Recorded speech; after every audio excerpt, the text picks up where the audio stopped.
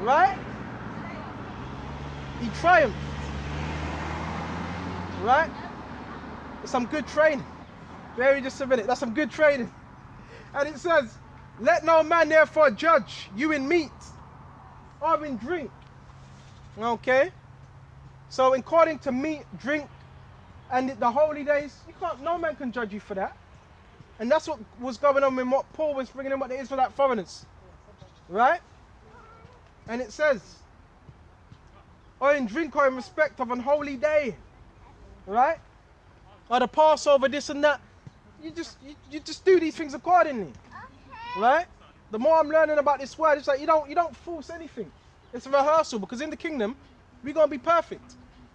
Right? And of the new moon. Right? Because you got men, they put the feast days over Yahawashi. The Pharisees were doing the same thing. They were putting the holy days over Yahawashi. Like that was going to save them. You do know the Pharisees were keeping some of the feast days, which I'm not telling you not to. They were keeping it. Okay? They were keeping these days. But if you don't have Yahawashi, then you're done. You're through. Right? As certain men were saying. Okay?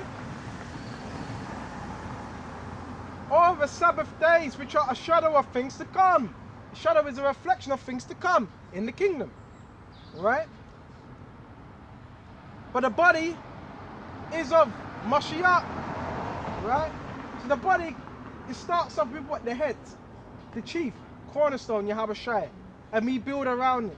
And that's the body. When you have Peter, which is what? The stone. The head of the church. Part of head of the church. Over it. It's Yahawashi and Peter. Okay?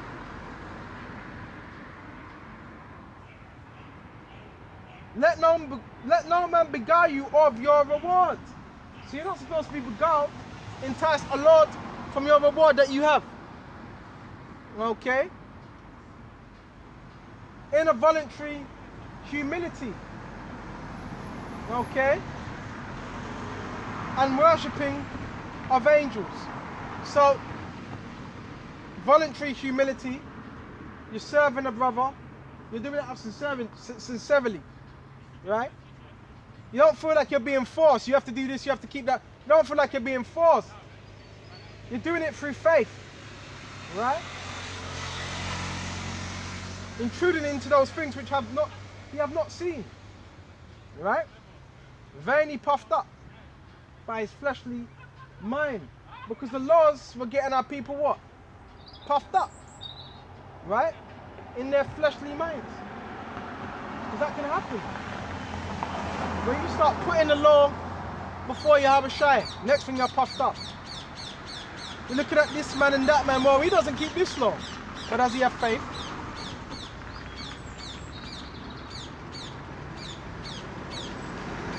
And not holding the heads, from which all the body by joints and by having nourishment ministered, right?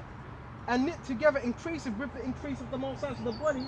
It starts with Yahawashi. You're in Yahawashi, you're walking in the ways of Yahawashi. All the body should be what?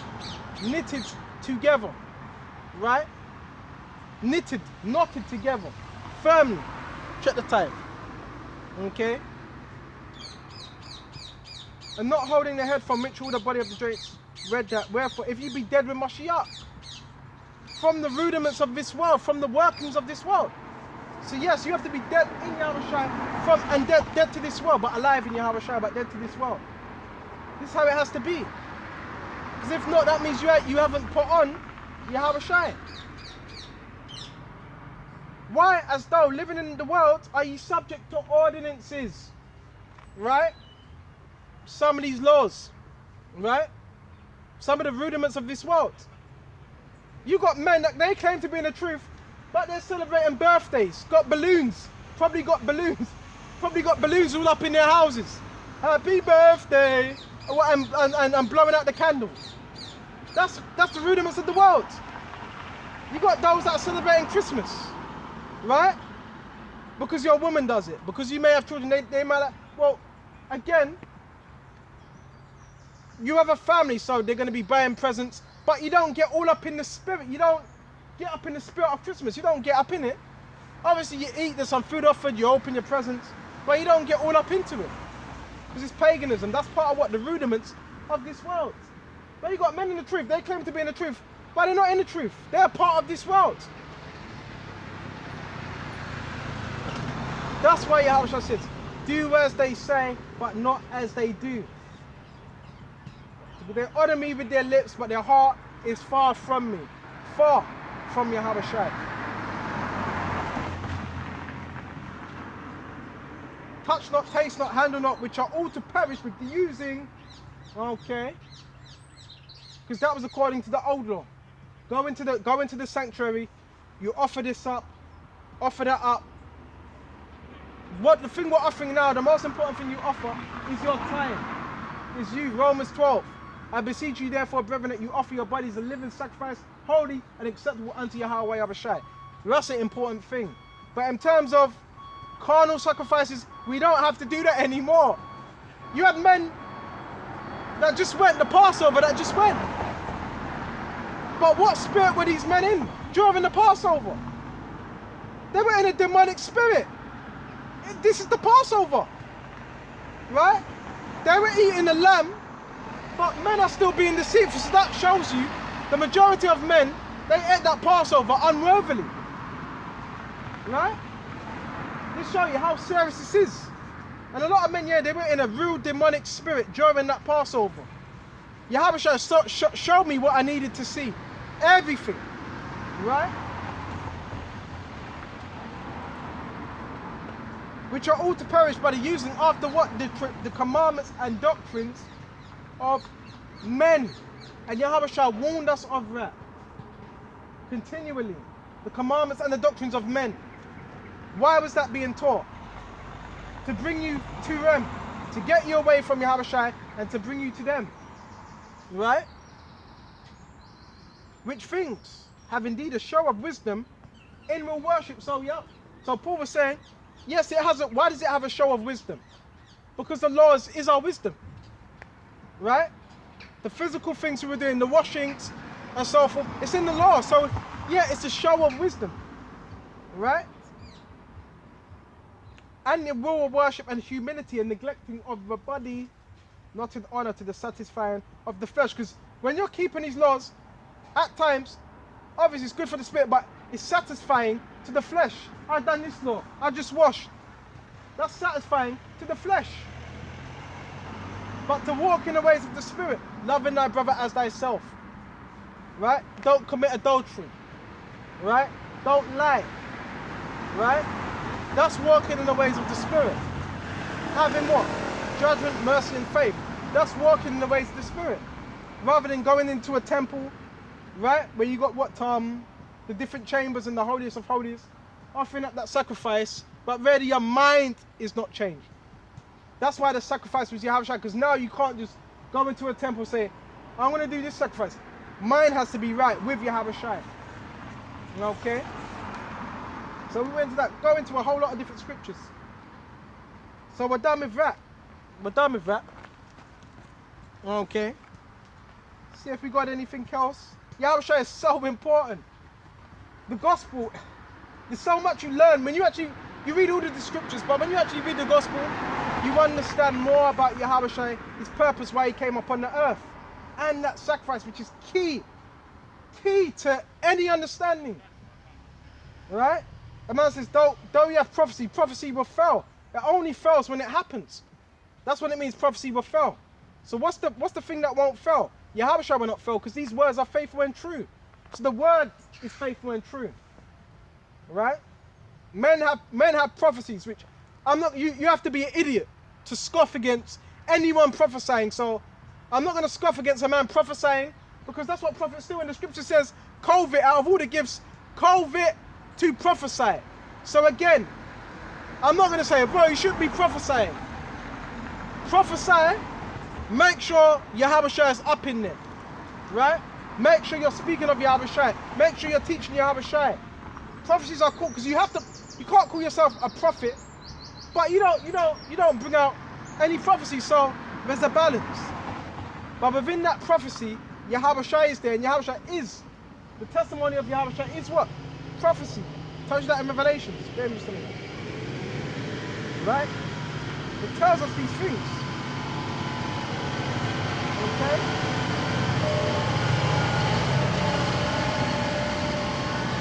The testimony of Yahawashi is the spirit of prophecy. So, the testimony is the witness of Yahawashi. So the Gospels is prophecy. Do you want me to get you some prophecy in the Gospel? Get that now.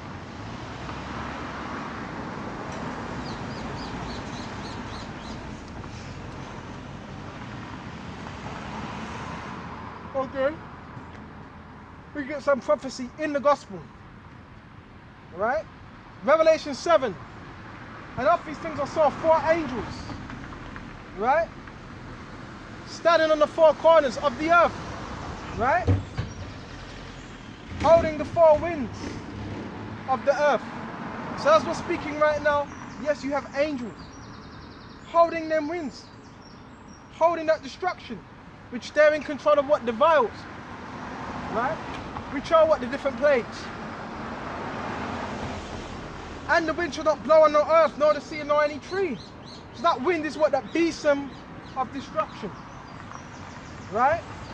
That it shall not blow upon what? Any tree or anything. So, as we're speaking right now, them angels are what? Holding back that destruction.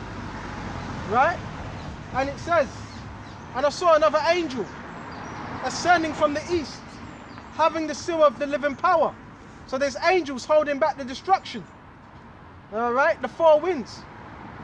And it says, having the seal of the living power. And he cried with a loud voice, the 4 angels, to whom it was given to hurt the earth and the sea. Right? So the angels, it's been given unto them to hurt the earth and the sea. Okay? And that's going to be by means of what? That World War III. Right? Saying, hurt not the earth, neither the sea, nor the trees. So it's been commanded by a particular angel. It doesn't tell us what angel it is. I would like to know what it is, because there's different angels for different things. Right? The angel Raphael receives what? Different prayers. That's the angel of what? Prayer. Right? And so forth.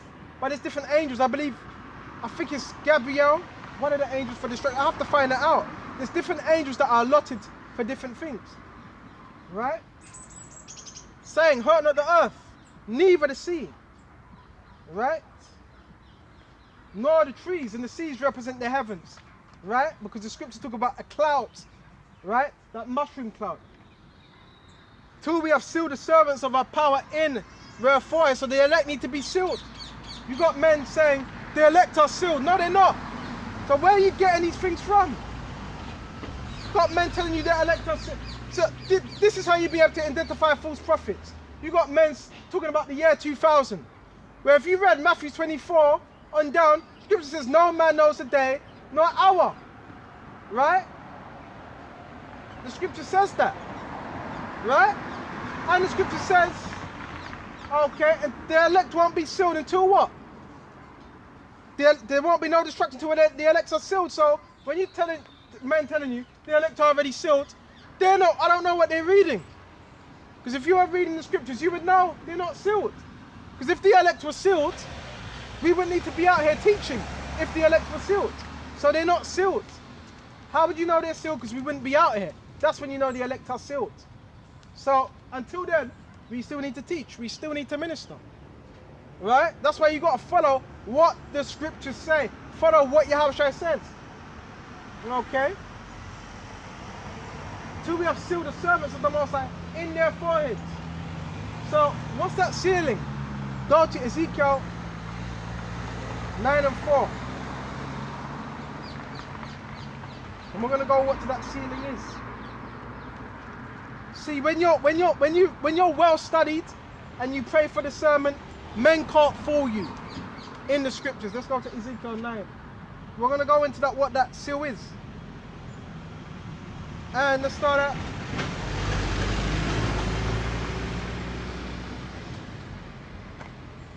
9, he cried, right?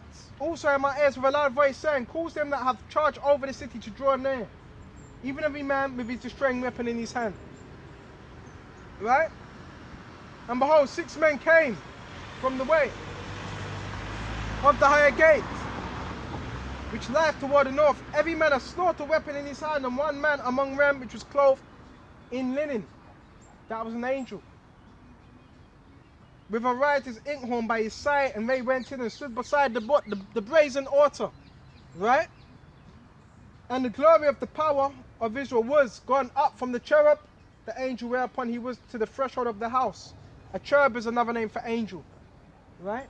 You got seraphims, cherubims, right? And he called to a man clothed with what? Linen, which had the writer's inkhorn by his side, and the Lord Yahawashi said unto him, go through the midst of the city, right?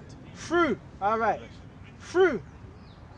midst of the Jerusalem, and set a mark upon the foreheads of the men that sigh and that cry for all the abominations. So that mark was what? Tawah, which is what? Mark from exemption, from the judgment, right? And it says, unto the others he said, in my heaven, go, okay, ye after him, okay, go, Ben, I'm moving too fast, go ye after him through the city, and smite, slay. Let not your eyes spare, neither have ye pity. Slay utterly old, young, both maids, little children, women, but come there not any upon man whose the mark is, that mark of exemption, right? That's the Tawah, right? And it says, and it begin at my sanctuary, so it begins with those that know their Israel. That's why we got to make sure we're right. Right? When they began at the ancient men which were before the house. That's those that know they're Israelites. So it just shows you the more responsibility you have now, you're responsible. Once you wake up to the truth, you are responsible now. There's no excuses. Okay? So Revelation 7 and 4, and I heard a number of them which were sealed. Right? And they were sealed, 144,000 of all the tribes of Israel. And it goes into what all these tribes are. Okay? 144,000. And what? Kindreds as well. And the kindreds represent those that were scattered within the other regions. That's the kindred. Right? In these other nations, because our people are scattered. Right? So with this lesson, I hope this was edifying, and until the next time, Shalom to the hopeful elect. Shalom.